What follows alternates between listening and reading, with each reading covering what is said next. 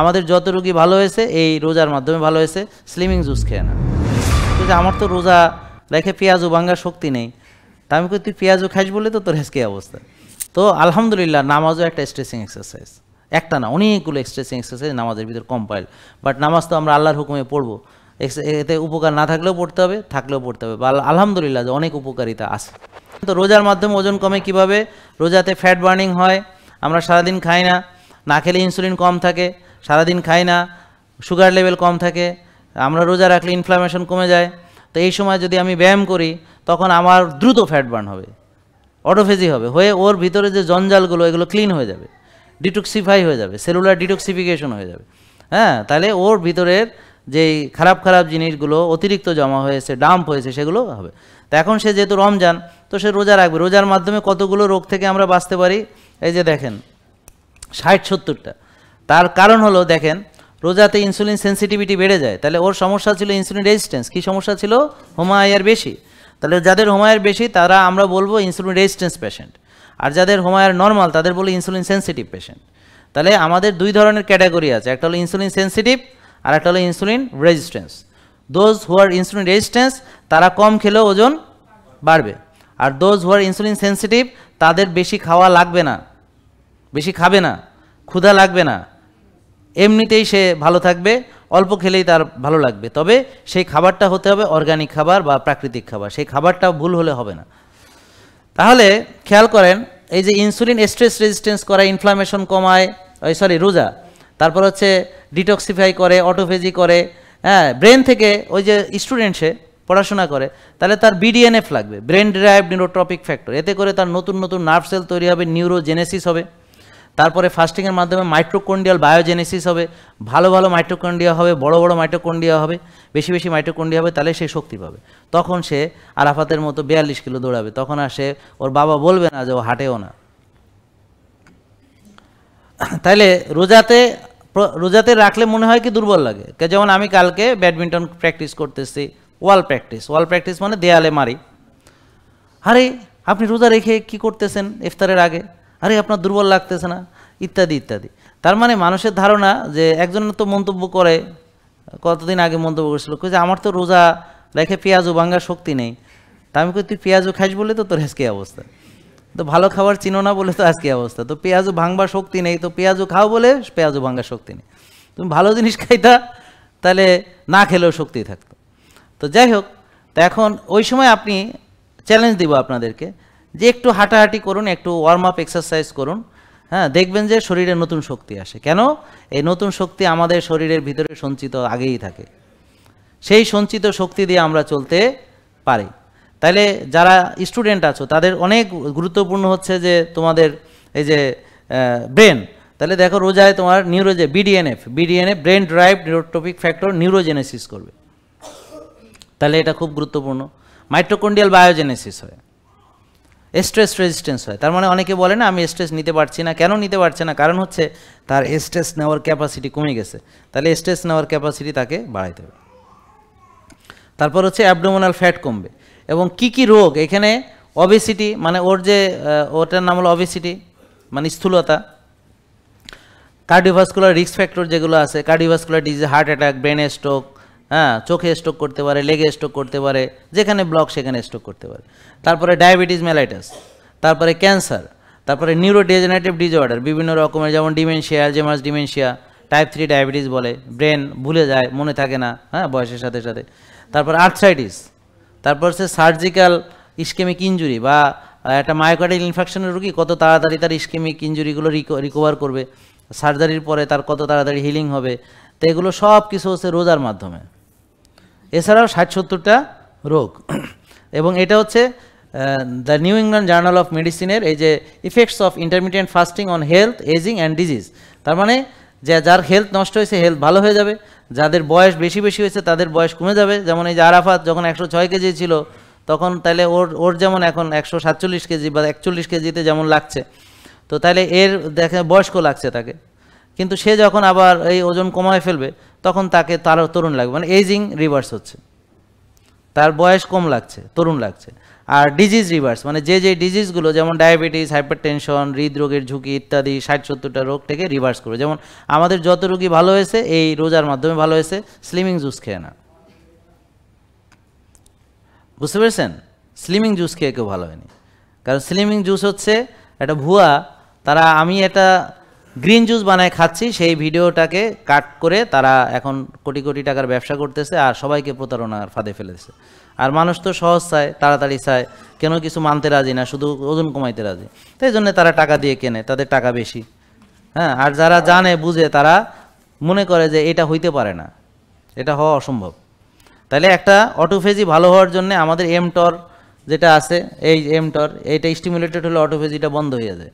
তাই জন্য আমাদের বেশি প্রোটিন খাওয়া যাবে না এই সময়, পরে প্রোটিন খাওয়া যাবে। কিন্তু ফাস্টিং অবস্থায় কিভাবে আপনার ফাস্টিং যারা করবে তারা মেইনলি যদি ডিম মাছ খায় তাহলে এই প্রোটিনের সাধারণত ইনসুলিন রেসপন্স হচ্ছে 50%, বাট ফাস্টিং অবস্থায় এক্সারসাইজ করে যখন সে ডিম মাছ খাবে ইনসুলিন রেসপন্স অলমোস্ট 0। তবে সেটা সবজি দিয়ে খেতে হবে, কিন্তু যদি ভাত দিয়ে রুটি দিয়ে খায় তাহলে তো আবার সেটার 150% হয়ে যাবে। আলহামদুলিল্লাহ। হ্যাঁ, তো এই যে ইনসুলিন কমাতে হবে, তাহলে আমাদের জানতে হবে যে আমাদের ইনসুলিন কমাতে হবে, সুগার কমাতে হবে, স্ট্রেস কমাতে হবে। তা না হলে আমাদের এই যে অ্যাচিভমেন্ট হবে না। তাহলে স্ট্রেস হচ্ছে টেনশন, দুশ্চিন্তা, রাত জায়গা থেকে স্ট্রেস আসতেছে। আর ইনসুলিন আসতেছে খাবার থেকে, ভাত রুটি ফল দুধ খাওয়া, চিনি জাতীয় খাবার খাওয়া। ইনফ্লামেশন আসতেছে হচ্ছে আপনার processed food, ultra processed food খাওয়ার মাধ্যমে। ঠিক আছে, তাহলে আমরা আল্ট্রা প্রসেসড ফুড বাদ দেবো, ভাত রুটি ফল দুধ সাময়িক স্থগিত রাখবো, ইনসুলিন কমাবো, টেনশন কমাবো, রাত জাগা কমাবো, মানসিক প্রশান্তির চর্চা করব, তারপরে দেখবেন সুন্দরভাবে এটা হবে। আরও বিস্তারিত আছে, আমি অতটা আজকে সময় পাবো না যেতে। এখন আসেন মুভমেন্টের ভিতরে কি কি গুরুত্বপূর্ণ। তা আমাদের ব্যায়াম কিভাবে আপনার কমায়, ওজন কমায়। বলেন যে ব্যায়াম কি কমায়? ওজন কমায়। কিভাবে? ব্যায়াম আসলে ক্যালোরি বার্ন করে ওজন কমায়, যে এটা আমরা যেটা ভাবি এটা আসলে সত্য না। কারণ হচ্ছে এই এত ক্যালোরি ব্যায়াম করে বার্ন করা সম্ভব না। আপনি ধরেন সারাদিনের রানিং মেশিনে দৌড়াইলে কয় ক্যালোরি বার্ন হবে? আমরা বড় জোর 30-40 মিনিট ব্যায়াম করি, তাতে কত ক্যালোরি বার্ন হইতে পারে ধারণা? আমার কথা বুঝতে পারছেন? এটা দিয়ে কোনো দিন ওর ওজন কমবে না। আমার কথা বুঝতে পারছেন? কিন্তু ব্যায়াম হচ্ছে কেন, তার সার্কুলেশন, তার স্ট্রেংথ, তার মাসেল পাওয়ার এবং এই যে ইনসুলিন সেন্সিটিভিটি বাড়ায়। কিভাবে? এই যে আমরা যখন হাই ইন্টেন্সিটি ইন্টারভ্যাল ট্রেনিং করব তখন গ্লুট4 পাথওয়ে দিয়ে সরাসরি সুগার সেলের ভিতরে ঢুকবে। তাহলে ইনসুলিন ইন্ডিপেন্ডেন্টভাবে সুগার ঢুকছে। তো সে যখন আমি ধরেন রোজা আছি, এখন হাই ইন্টেন্সিটি ইন্টারভ্যাল ট্রেনিং যদি করি, আমার মাসেল ক্ষুধার্ত হইয়া বলবে কই চিনি টিনি কি আছে দে, আমি খাবো। ওকে, তো সে এখন আমরা জানি যে রক্তের চিনি কোষে ঢুকাতে ইনসুলিন দরকার। বলে ইনসুলিন লাগবে না, তোমার দরজা খুলে দিছি, ডাইরেক্ট ঢোকো তুমি, I am hungry. So if you are hungry, তখন আপনার বডিতে যাই যাবে ধুরমুসুর হয়ে যাবে। এই কারণে আপনারা এই যে ভাজা পোড়া ডুবো তেলে এত কিছু ইফতারিতে খান, তবুও মরে যান না। কিন্তু বিশ্বাস করেন যদি এমনি অবস্থায় খান তো খাইতে পারবেন না। এই জন্য মানুষ রোজার দিনে এইসব খায়, কারণ অন্য দিন খাইলে বাঁচবে না, তো এই জন্য রোজার দিনে খায়। আর রোজার দিনে খেয়ে এই যে রোজার যে উপকারিতা, প্রদাহ কমালো সারাদিন, এখন সেটা প্রদাহ হলো। বুঝতে পারছেন? তো এই যে প্রসেসড ফুড সম্পর্কে আমি বলতে গিয়ে আমি অনেক বিপদে পড়েছি, যে আপনি সাক্ষী। সেবার আমি এতে খাওয়াইছিলাম, আপনার সাথে দেখা হয়েছিল। তা আমি বললাম যে ইফতারিতে যে খাবারগুলো দেয়, আমি কি বলেছি এটা আমি খেতে পারি, এটা খেতে পারি না, এর বাইরে কোনো কথাই বলিনি। তা বলছে আমরা কাবাব অবমাননা করে ফেলেছি, নানান কথা আপনি তো শুনেছেন। তো আসলে এই যে প্রসেস ফুডটা যে আপনার পবিত্র জায়গায় ঢুকলো, সেটা নিয়ে আমাদের আলেমদের, ইমামদের ওই মাথা ব্যথাটা নেই। আর এইটা খাওয়ার কারণে যে মানুষজন আজকে রুগী হয়ে নামাজ পড়তে পারছে না, হজ করতে পারছে না, হুইল চেয়ারে করে হজ করতেছে, বড় বড় আলেমগণ অসুস্থ হয়ে পড়তেছেন, তাদের দাওয়াতি কাজ করার ক্ষমতা চলে যাচ্ছে। তারা মাঠে ময়দানে যে ওয়াজ নসিহতগুলো আমাদের করতেন তারা অনেকেই পারছেন না। তাছাড়া অনেক বড় বড় শাইকুল হাদিস তারা ভুলে যাচ্ছেন, এখন মনে থাকছে না, হাদিস ভুলে যাচ্ছেন, পড়াতে পারছেন। তা আলহামদুলিল্লাহ তার ভিতরে অনেকেই, জিকরুল্লাহ খান সাহেব সহ আরও অনেকেই, যারা আরও নাম মেনশন করলে অনেক হবে, তারা এসে ভালো হয়ে আলহামদুলিল্লাহ তাদের আবার সেই ক্ষমতা ফেরত পেয়েছেন। তারা এখন আবার দাওরা দিতে পারতেছেন, হাদিস পড়াইতে পারতেছেন। তাদের যেই কার্যক্রম, শিক্ষা দেওয়ার যে কার্যক্রম, সেটা আবার সুন্দরভাবে সম্পন্ন করতে পারছেন।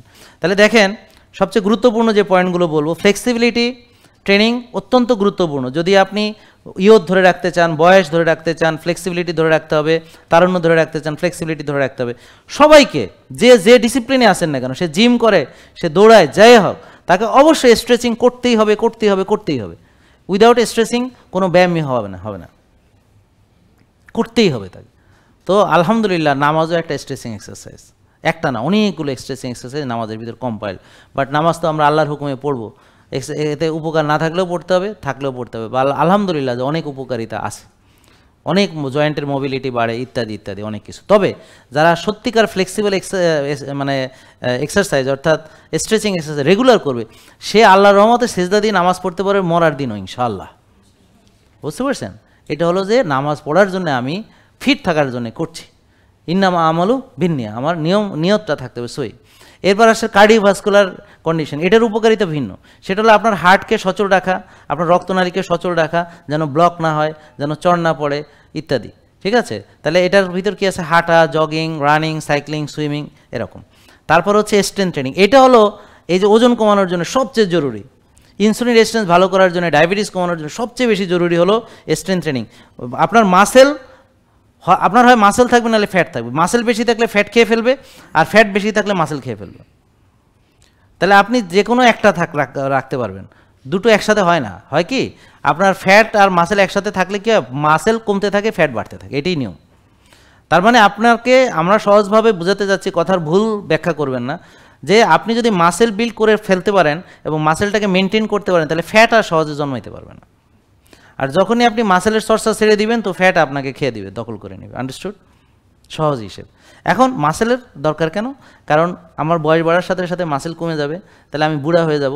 তাহলে আপনার তারুণ্য ধরে রাখার জন্য মাসেল দরকার, স্ট্রেংথ ধরে রাখার জন্য দরকার। বয়স্ক লোক ঠাস করে পড়ে যায়, এই যে ব্যালেন্স ধরে রাখার জন্যে, জয়েন্টের ধরে স্ট্রেংথ ধরে রাখার জন্য, মাজার শক্তি ধরে রাখার জন্য, নি জয়েন্টের শক্তি ধরে রাখার মাসেল দরকার।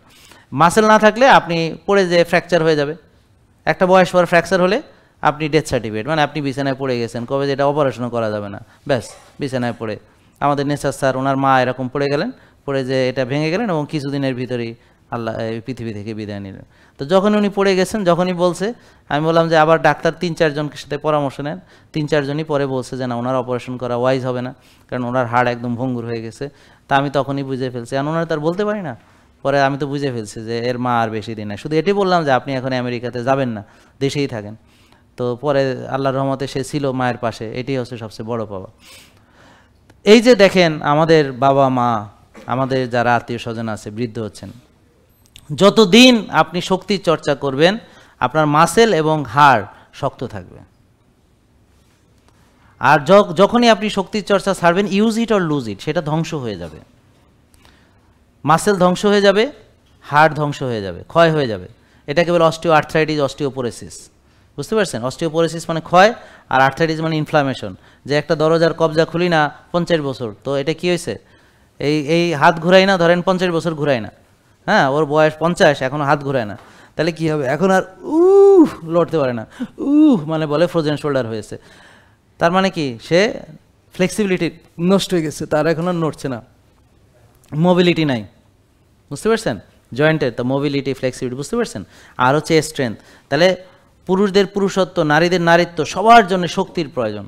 একটা মেয়ের মা হতে শক্তি দরকার, একটা ছেলের বাবা হতে শক্তি দরকার, পুরুষত্বের জন্য শক্তি দরকার। তো যাদের বৃদ্ধ, যারা সত্যিকার বয়স্ক হয়ে গেছেন, যাদেরকে বার্ধক্যে চলে গেছেন, রিয়েল বার্ধক্য যেটা, হ্যাঁ, বয়সজনিত কারণে, তাদের কিন্তু দেখবেন মাসেল নাই। কেন নাই?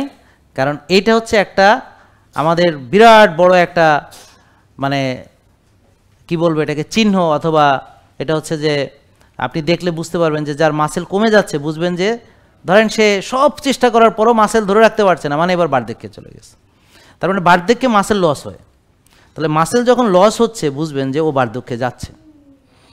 এখন হতে পারে যে সে বয়স কম, তবুও বার্ধক্যে যাচ্ছে। তো যাদের মাসেল নেই তারা বুড়া। বুঝেন না কথা? তার মানে আমার যৌবন ধরে রাখতে হলে মাসেল ধরে রাখতে হবে।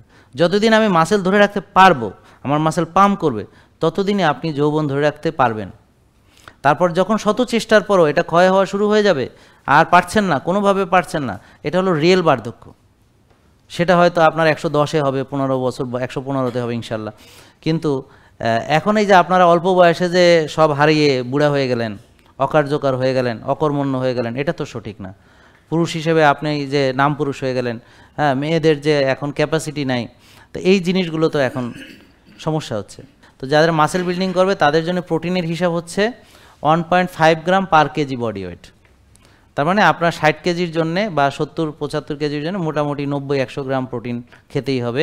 খেয়ে সপ্তাহে 4 দিন বা 5 দিন একদম সুন্দর স্ট্রেংথ ট্রেনিং করবেন, জিমে 30-40 মিনিট কাটাতেই হবে।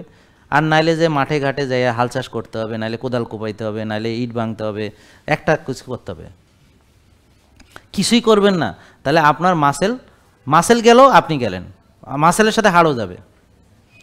তাহলে এটা অত্যন্ত গুরুত্বপূর্ণ এবং এটার সাথে ঘুমের সরাসরি সম্পর্ক। ওদিন এক লোক 27 বছর ঘুমের ওষুধ খাইয়ে 5 জন বড় বড় ডাক্তার বাংলাদেশে দেখাইছে। তো ঘুমের ডাক্তারই আছে কয়জন বাংলাদেশে বড় বড়, তার 5-6 জন সে দেখায় ফেলছে। 27 বছর ওষুধ খেয়ে ঘুমায় না, 22 দিন মাত্র জিম করছে। কই রে এখন জিমে ঘুমায়? হ্যাঁ, আমি ওরা নিয়ে ভিডিও করছি, 6.6 কেজি কমছে, মানে 6 কেজি 600 গ্রাম কমছে। আর বলে যে 4-7-8 করে কয় ও তো আমি তো জিমেই ঘুমায় যাই। এখন মাসেলকে পাওয়ার দিলে ঘুম হবে। যারা জিম করবে চোখ খোলা রাখতে পারবে না রাত 9টার পর, বুঝতে পারছেন? সো এটা একটা ম্যান্ডেটরি জিনিস। তো এখানে যতটা না আপনার বার্নিং, তার চেয়ে বেশি হলো হরমোনাল অন্যান্য উপকারগুলো, বুঝতে পারছেন? যেমন ধরেন মাসেল স্ট্রেংথ, এই যে মায়োকাইন্স রিলিজ হয়, অ্যান্টি ইনফ্লামেটরি সাইটোকাইন্স, IL-6, এটা অত্যন্ত গুরুত্বপূর্ণ। হ্যাঁ, তারপরে ইনফ্লামেশন কমায়, তারপরে গ্রোথ হরমোন বুস্ট করে, টেস্টোস্টেরন বুস্ট করে। তাই এখন আমি বলতে হবে না যে টেস্টোস্টেরন কী কাজে লাগে ভাই। তাই আপনার এত লাজুক হলে ভাই আপনি কিছু করার নাই। তো আপনার টেস্টোস্টেরন, ইস্ট্রোজেন, প্রোজেস্টেরন আমাদের আলোচনায় না আসলে, আমরা হিউম্যান ফিজিওলজি নিয়ে কাজ করি, আর আমার কাছে বেশিরভাগ রুগী আসে, তার 100% হচ্ছে তাদের সমস্যা ওইখানে, মেয়ে এবং পুরুষ উভয়ে, বিলিভ মি। এবং আমাদের সবচেয়ে হট প্রোডাক্ট হচ্ছে এই যে কাকা মাকা আর হুয়ানো প্রো মাসা। কালকে লাইভ সেশন শেষ হওয়ার সাথে সাথে এক ভাই এখানে জোরে আমার ধরছে, কয় স্যার মানে এইটা যে কি উপকার, আমার আপনার যে এটার ব্যাপক প্রচার দরকার। আমাকে ব্যাপক প্রচার তো করতেছে, এটা ভুয়া তৈরি করতেছে, নকল বানাইতে আছে, বানায় আমার ভিডিও কাট পিস করে ওখানে দিয়ে দিয়া এই নকল সেল করতেছে। আমাদেরটা হচ্ছে এই যে ব্ল্যাক মার্ক, এই দেখেন চেয়ার হলো এরকম, এবং হ্যাঁ হ্যাঁ বসেন, ওখানে বসে থাকেন। হ্যাঁ, আমাদেরটা হচ্ছে এরকম, এই যে ব্ল্যাক মাকা দেখছেন, কাকা মাকা এই যে একসঙ্গে, আর একটা হচ্ছে এই যে হুয়ানো প্রো মাছো। তো এটা হলো আমাদেরটা। এবং এটার পাশে আপনি ওই যে আজকে এখনই আপনি অ্যাপসে ডাউনলোড করে আমাদের যে আলটিমেট অর্গানিক লাইফ অ্যাপস আছে, ওখানে ওয়েবসাইট আছে, অর্ডার করেন, 18% ডিসকাউন্ট, আর কম্বো অফার আছে অনেকগুলো, সেগুলো নিয়ে আমি পরে বিস্তারিত আপনাদেরকে জানাবো। আপনারা রেগুলার লাইভে থাকবেন। তাহলে এই যে growth hormone, testosterone, fat burning, তারপর হচ্ছে মেটাবলিজম সবচেয়ে গুরুত্বপূর্ণ। যেমন ধরেন আমি যখন ছোট ছিলাম, even when I was doctor, আমার বলতে চ্যাংড়া ডাক্তার, এ কি পোলাপান মানুষ, মানে মাইনাস ফিগার ছিলাম, তো চ্যাংড়া ডাক্তার বলতো। আমার একটা ছবি দিয়েছিলাম কয়েকদিন আগে মেডিকেলের, হ্যাঁ আপনি দেখলে চিনবেন কিনা, মাইনাস ফিগার ছিলাম। হ্যাঁ, আরও ছবি আছে, মাইনাস ফিগার ছিলাম। তো যাক হোয়াট এভার। তো এই যে মেটাবলিজম যদি ভালো থাকে, আপনি যতই খান মোটা হবেন না। আমি অনেক খাইয়ে চেষ্টা করছি, মোটা হইতে পারি না। এই যে এই ছেলেটা যেমন খাচ্ছে না তাও মোটা হচ্ছে, কারণ ওর মেটাবলিজম সমস্যা হয়েছে। এই মেটাবলিজম ফিক্সিংয়ের জন্যে মাসেল স্ট্রেংথ ট্রেনিং হচ্ছে সবচেয়ে ফান্ডামেন্টাল, সবচেয়ে বেশি গুরুত্বপূর্ণ। এবং ইন্টেন্সিটি যত বেশি হবে, ইনসুলিন রেজিস্ট্যান্স তত কমে যাবে, আর সেন্সিটিভিটি তত বাড়বে। হাই ইন্টেন্সিটি মানে আমি ফেলিওর রেঞ্জে যেতে হবে। ফেলিওর রেঞ্জে গেলে ওখানে ডেভেলপ হয়, ফেলিওর রেঞ্জে গেলে আপনার ডেভেলপ হবে। ফেলিওর রেঞ্জে না গেলে ডেভেলপ হবে না। আপনি অল্প যান, কিন্তু you have to go to the failure range. তবে তার আগে আপনাকে প্রিপেয়ার করতে হবে, বডি ওয়ার্ম আপ করতে হবে, ক্যাপাসিটি গ্রো করতে হবে। আপনি তার প্রথমেই ওজন নিয়ে পুশ করে শীত ফটাং হয়ে যাবেন না। তো এই জন্য সেটার জন্য রেডি করতে হবে বডিকে, করে আপনাকে এটা ফেলিওর রেঞ্জে। এমনকি এটা তো ওয়েটটা লাগে না, আপনি পুশ আপ করেন, আপনি পুশিং আর পুলিং দুটো টানুন আর ধাক্কা দিন, তাহলে তো এটা কমপ্লেক্স, এটা তো আরও ভালো। তা আপনি যেই ব্যায়ামগুলো টানতে হয় আর যেগুলো ধাক্কা দিতে হয়, তো একদিন টানার ব্যায়াম করেন, একদিন ধাক্কা দেওয়ার ব্যায়াম করেন, এসে সোজা আর কি আছে, পুশ আর পুল। এটা হলো সবচেয়ে ইজি সলিউশন। তাহলে আমি যখন পুশ আপ করি তাহলে কী করছি বুঝতে পারছেন? আমি যখন ঝুলছি তখন কি করছি? তো একটা হলো টানা আর একটা হলো ধাক্কা দেওয়া, আন্ডারস্ট্যান্ড? তো এইটা, হ্যাঁ এটা দুটি হলো। হ্যাঁ, এই যে আমি যে বসলাম উঠলাম, তো আমি তো গ্র্যাভিটির এগেনস্টে উঠবস করছি, তো এটাতে আমার বড় বড় পায়ের মাসেলগুলো ইনভলভ হচ্ছে। হ্যাঁ, জিমে গেলে একটা খুব খারাপ জিনিস লাগে, সেটা হলো সবাই খালি এমনি এমনি করে, হ্যাঁ মানে এইটা ফুলাইছে ওইটা ফুলাইছে। আসলে পা হচ্ছে মাসেলগুলো বড় আর বার্নিং বেশি হয়।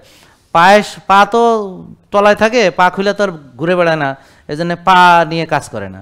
আর বাইসেপস দেখায়, এটা দেখায় হাতা কাটা এমনি ঘুরে বেড়ায়, এই জন্য। তো এটা তো হচ্ছে শোবিজ। আসলে পায়ে হচ্ছে বার্নিং বেশি হয়। আপনি বডির আপার বডি করলে অবশ্যই করবেন, করতে নিষেধ করছি না, কিন্তু আগে পাটা করবেন বেশি করে, কারণ পায়ের মাসেলগুলো বড় বড় খায় বেশি, তাড়াতাড়ি বার্ন হবে, বুঝতে পারছেন? Big big muscle. হ্যাঁ, তা আপনি কয়েকটা সিট আপ করেন তাহলে তো হয়। হ্যাঁ, আপনি উঠবস করেন কয়েকটা তাহলে তো হয়। শুধু কিছু ব্যায়াম ধরেন, আপনি একটু পুল আপ করলেন, সিট আপ করলেন, তারপরে একটু মনে করেন ডেড লিফট করলেন, তাহলে তো এই 3-4টা করলেই তো হয়ে যায়। মানে কথার কথা বলতেছি আর কি, মানে যদি কিছু না করেন, আপনি জাস্ট রোজা ইফতারের আগে এই যে এখানে বসে বসে, হ্যাঁ, এরকম যতটুকু পারেন বসলেন, বসে আপনি 15-20টা করে রেস্ট নিয়ে আবার 15-20টা করে কিছুক্ষণ করেন, আর পারতেছি না, ব্যাস হয়ে গেছে, ডান। আর পারতেছি না মানে ডান, সামনে আবার পারবেন, আরও পারবেন, আরও পারবেন, আরও পারবেন, but you must do something.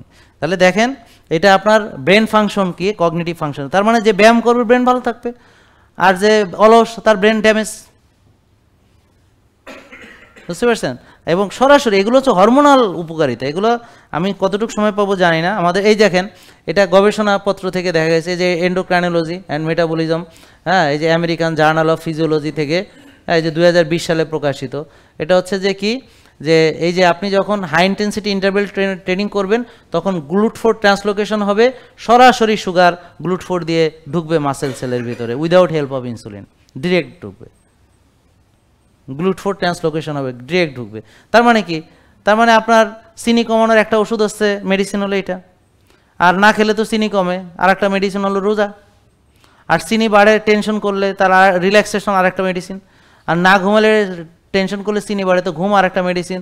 তাহলে ডায়াবেটিসের মেডিসিন কি? ঘুম, মানসিক প্রশান্তি, চিনি খাবো না, রোজা রাখবো আর ব্যায়াম করবো, শেষ শেষ। এটা না করে আপনি ওষুধ খাচ্ছেন, তাতে আপনি জীবনে ভালো হবেন। তাহলে দেখেন এই যে ব্যায়ামের মাধ্যমে কি কি হচ্ছে, এই যে দেখেন টেস্টোস্টেরন তৈরি হচ্ছে। তাহলে এখন সেক্স হরমোন টেস্টোস্টেরন, এখন তো বলবেন করবো কি, আমি তো সরি যাদের শুনতে খারাপ লাগে, আর যারা এটা মানে খুব খারাপ ভাবেন, তাদের পারিবারিক শিক্ষা এভাবে হয়েছে যে এই জিনিসটা অনেক খারাপ। এটা সবচেয়ে পবিত্র, এটা ছাড়া মানে মানব সভ্যতা ধ্বংস হয়ে যাবে। আর আজকে বহু ফ্যামিলি সাফার করতেছে, তার বাচ্চা হচ্ছে না, বহু ফ্যামিলি ডিভোর্স হইতেছে, পারিবারিক অশান্তি হইতেছে, অনেক ক্ষতি হয়ে যাচ্ছে, যে এই জিনিসটাকে তারা না বোঝার কারণে। হ্যাঁ, পিসিওডি হচ্ছে, আরও কত কিছু হচ্ছে এই জিনিসটা না বোঝার কারণে। তো এইটা আপনারা, আমি এইখানে আমার একটা মেজর পোর্শনই হচ্ছে এটা, কারণ আমি আলোচনাতে সেই বিষয়টাকে ফোকাস বেশি করি যে বিষয়ে সমস্যা বেশি পাই, যা এখন মেজরিটির এই প্রবলেম। তাহলে টেস্টোস্টেরন বুস্ট করতে হবে। আর এটা একটা সেক্স হরমোন, এটার সংজ্ঞা, এটা আর কোনো সংজ্ঞা নেই। এটার নাম সেক্স হরমোন। মেয়েদের মেয়েলি হরমোন যেগুলো আছে সেটার নাম হলো ইস্ট্রোজেন, প্রজেস্টেরন। পুরুষদের পুরুষালী হরমোন যেটা আছে টেস্টোস্টেরন। এটা তো আমি এর কোনো আর ভালো ইয়া নেই বলার, বুঝতে পারছেন? তো এখন কি করতে হবে, বলতে হবে না? তো এখন আপনার এত শরম লাগলে তাহলে আর কি করুন? দুঃখ লাগে আপনাদের আচার ব্যবহারে। কারণ কি দেখেন, আমি তো রুগী নিয়ে কাজ করি, রোগ যেই রোগটা বেশি, আর রোগের সাথে সম্পর্ক বুঝাইতে হবে আমাকে। এটা ছোটোবেলা থেকেই শিখতে হবে, ওদের শিখান। আপনারা কথা বলেন বাচ্চাদের সাথে, আগের মতো হইেন না যে আপনার একটা ইয়ে নষ্ট হয়ে গেছে, আপনার মা আগেই শেখায় নাই যে কিভাবে একটা মেয়ে, হ্যাঁ, তার ঋতুস্রাব হলে কি করতে হবে, আগেই শেখায় নাই, এরকম হইেন না। এখন একটু মানে মডার্ন হয়েছেন তো অনেক দিকে, কাপড় খোলার দিকে মডার্ন হয়েছেন, কিন্তু মানে শিক্ষা দীক্ষা এগুলোতে মডার্ন হন নাই। দুঃখ লাগে, কষ্ট লাগে এদের মানে আচার আচরণে। তো এই জন্য দয়া করে একটু বোঝার চেষ্টা করেন যে আমরা একটা মেজর ইস্যুসকে অ্যাড্রেস না করলে আমাদের এটা হবে না। তো এখন এটা টেস্টোস্টেরন কীভাবে বাড়াতে হবে, এই যে এক্সারসাইজ, এবং সবচেয়ে টেস্টোস্টেরন বুস্টিং এক্সারসাইজ হচ্ছে চিন আপ, তারপরে ডেড লিফট, কমপ্লেক্স এক্সারসাইজ। এবং যখন আপনি ফেলিওরে যাবেন তখন এটা বেশি স্টিমুলেটেড হবে। এই যে আমরা যে উইম হফ করছি, হ্যাঁ, এটা দিয়েও হয়, কারণ এটা আমরা যে পুরো বডিটা এখানে বসা, হ্যাঁ, আমরা এরকম আহ করছি, এটা এই।